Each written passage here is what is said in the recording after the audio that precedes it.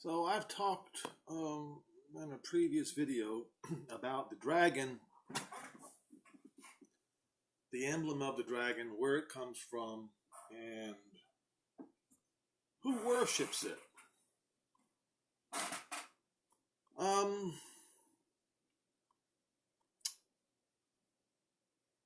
In Revelation, talks about it a lot. John talks about it a whole lot.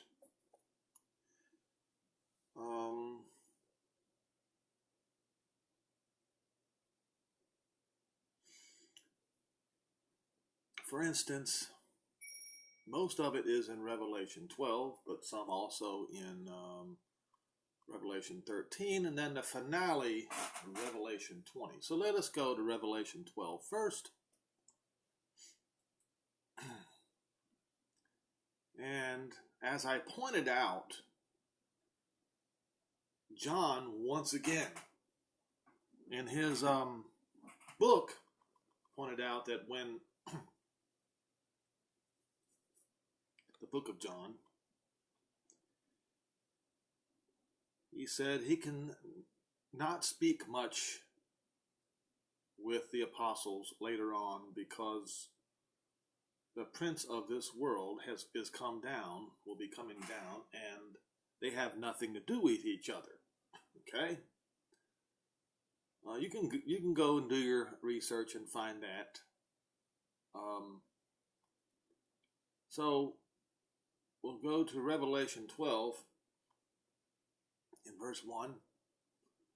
And there appeared a great wonder in heaven, a woman clothed with the sun and the moon under her feet, and upon her head a crown of 12 stars. Now, do not confuse that with the 12 stars on the flag of Europe. Europe, Christianity is a fake, a fraud, and a counterfeit. They claim themselves to be spiritual Israel, but they are frauds. They worship the dragon. I'll go on and I will prove it to you. And she, being with child, cried and travailing in birth and pain to be delivered. The one with the crown of 12 stars is Israel. Israel will always have the crown of 12 stars. And representing Israel in this case, in Revelation 12, is Miriam, the mother of Yehoshua. Not Mary, the mother of Jesus. Miriam, the mother of Yehoshua. And there appeared another wonder in heaven, and behold, a great red dragon, having 7 heads and 10 horns and 7 crowns upon his head. And I'll stop right there for a second. The 7 horns are represented as in the following: the Babylonian Empire, the Medo-Persian Empire, that makes 3 horns, and then the Grecian Empire makes a total of 4, which together with the previous 3 makes 7 horns, or 7 heads. Okay, the 10 horns came out of Europe, and they have an 11th horn that rules over them, a little horn. Yes, over there at the Vatican, the smallest kingdom in the entire world. Look it up. Look up the acreage that it takes. You will be amazed how small that kingdom is, and yet rules over and has ruled over the entirety of Europe all the way to the United Kingdom. Great red dragon. And his tail drew the 3rd part of the stars of heaven, and did cast them to the earth.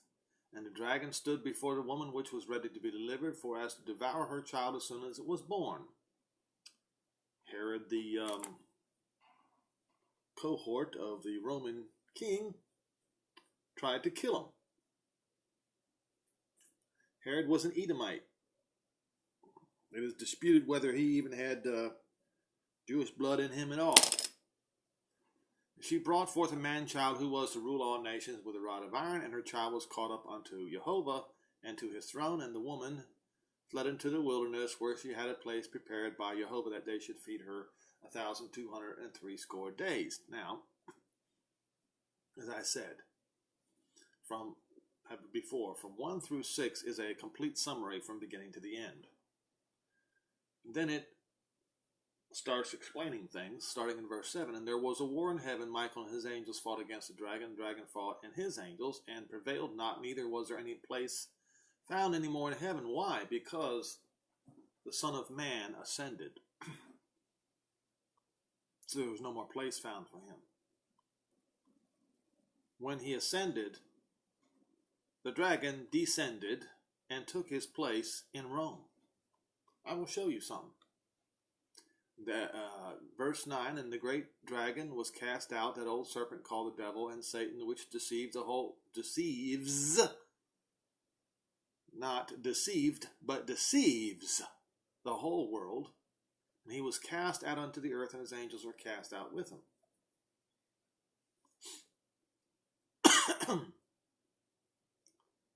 Now, verse 12 says, woe unto the inhabitants of the earth and of the sea, for the devil is come down upon you, or unto you. And he did. He did. Having great wrath, because he know that his infinite time has just turned finite. And what happened? What happened in the Dark Ages? What happened during the Crusades? And when the dragon saw that he was cast into the earth, he persecuted the woman which brought forth the man-child. He persecuted the Jews, murdered, raped, pillaged them, and forced them to wear the yellow clothing of shame and the yellow star. He did. This was the devil's doings. This was the dragon's doings. I've gone over this chapter many times before. Okay? So what I'm going to do is this. I'm going to go to the Royal www.royalmint.com. Go there. And it's you will see discover or /discover/ UK coins / Queen's Beast Red Dragon of Wales. Okay?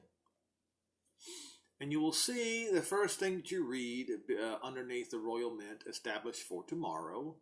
The Red Dragon of Wales is the latest release in the Queen's Beast collection.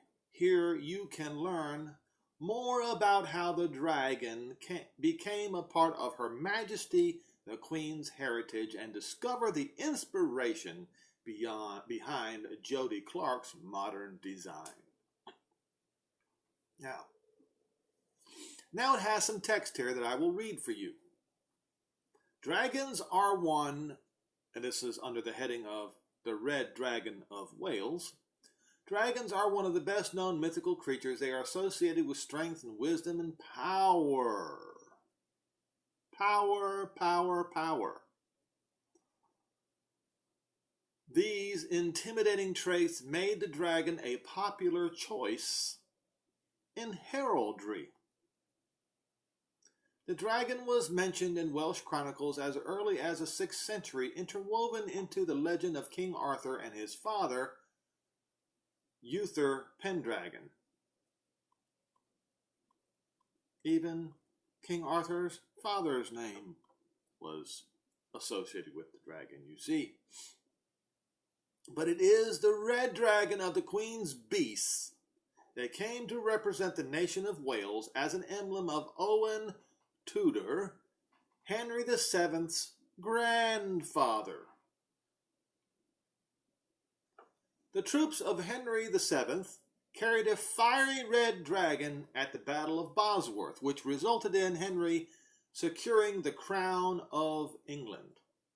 The Tudor dynasty was born, creating a long line of British monarchs that dramatically shaped the nation's history. Yes, the dragon gave the King of England is power. The Red Dragon. In 1953, more than 4 centuries later, at Queen Elizabeth II's coronation, the Red Dragon of Wales took its place as one of the Queen's beasts. You see. So as long as this particular kingdom worships the dragon, they think that the dragon gives them power. And indeed he did. Because it's written. In the same year, the badge of Wales was augmented or modified as a mark of honor to include the motto. I cannot read this Welsh language, but it means the Red Dragon advances. Once again, reinforcing Her Majesty's connection to Wales. Now, you can buy your own Red Dragon in 10-ounce silver for £795. Yes, you can. Or in 1-ounce gold for £1,825. But I'm not here to sell the dragon, folks. I'm here to expose the dragon. Now, so let us go to Wikipedia.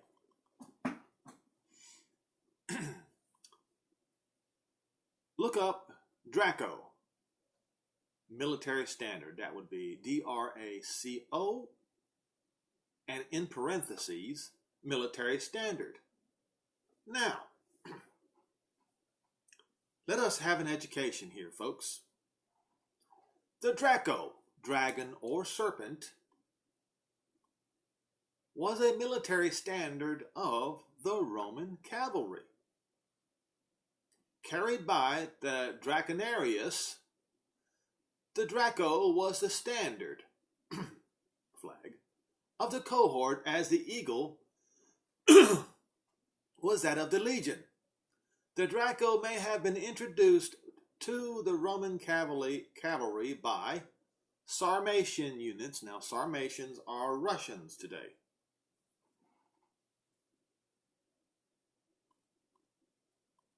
Think about that. In the 2nd century. So, not long after John's death, dragon worship was introduced to the Roman cavalry.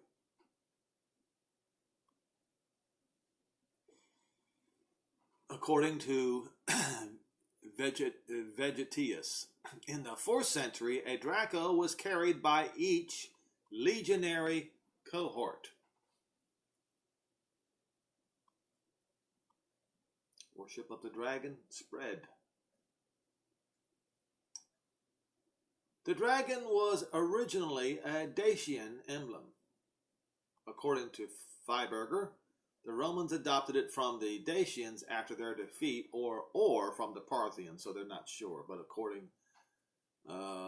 but this goes back. Stories go back to the Sarmatians all the way to the 2nd century. The Greek military writer Arrian describes the Draco in his passages on cavalry training exercises, calling it Scythian. Now, the Scythians and the Sarmatians are the same people. They are Russians. The Scythian batters are dracontes, which is plural, held aloft on standard length poles, flag length poles. They are made of colored cloth stitched together, and from the head along the entire body to the tail, they look like snakes. When the horses bearing these devices are not in motion, you see only variegated streamings hanging down. During the charge is when they most resemble creatures. They are inflated by the wind and even make a sort of hissing sound in the air or as the air is forced through them.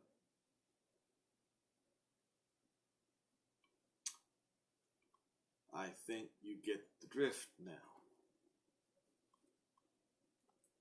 Now,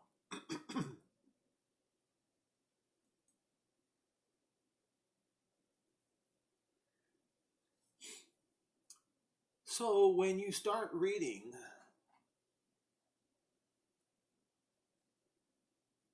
that verse 13, and when the dragon saw that he was cast into the earth, and then he persecuted the woman which brought forth the man-child, and to the woman were given 2 wings of a great eagle. That is coming, and it's already started happening. It started happening in the 1940s, where the woman was given 2 wings of a great eagle that she might fly into the wilderness, back to her place. The wilderness of what? Israel. Israel, which was one time settled with Israelites. When the Romans drove them out, it became a wilderness. So, Jehovah brought them back into the wilderness so that they may resettle again. And here comes the dragon chasing after them. So by now you should realize that the dragon is synonymous with Israel's persecutors in the Middle Ages. Yes, Christian nations, the Romans, the British, all of those armies carried the dragon standard. Even the Russians did. Sarmatians, Scythians, whatever you want to call them, they all did. And so, when you see John referencing the dragon, once he's cast on the earth, because Yeshua, Israel's Messiah, ascended to heaven, this dragon becomes the nations, all the nations who persecuted the Jews. When you read Revelation 12, this is what John is illustrating for everyone. Verse 16, and the earth helped the woman, and the earth opened up her mouth and swallowed up the flood, which the dragon cast out of his mouth. What is the flood that the dragon cast out of his mouth? An army of men. We all understand this. But a great earthquake happened, as it is written in Ezekiel 38 and 39, and devoured the army. Hailstones and meteorites came out of the sky and destroyed their equipment, and they started killing each other. That's what it's written in Ezekiel 38 and 39. Verse 17, and the dragon was wroth with the woman, and went to make war with the remnant of her seed, which keep the commandments of Jehovah and have the testimony of Yeshua Messiah. Who are they? Are they Christians? No, they're not. Christians do not keep the commandments. Christians do not have the testimony of Yeshua. It will be the 2 witnesses that they will make war against. You can read about it in Revelation 11, the previous chapter. Now,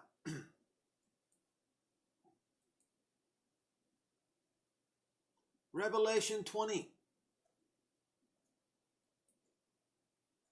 In verse 2,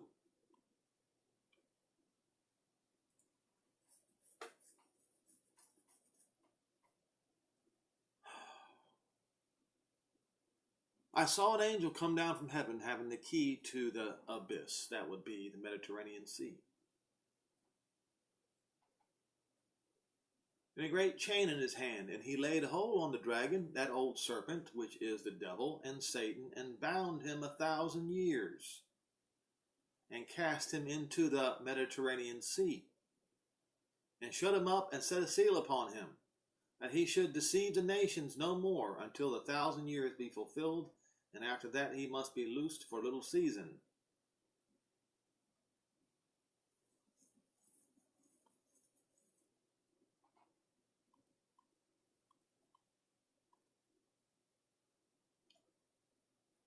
Zeus is Satan.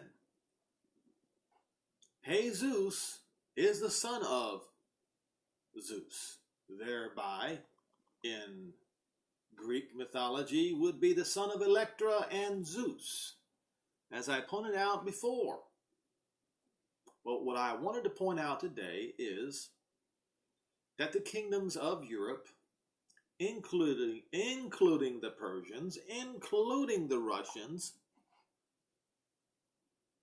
in their past have all worshipped the great red dragon and had him as their standard.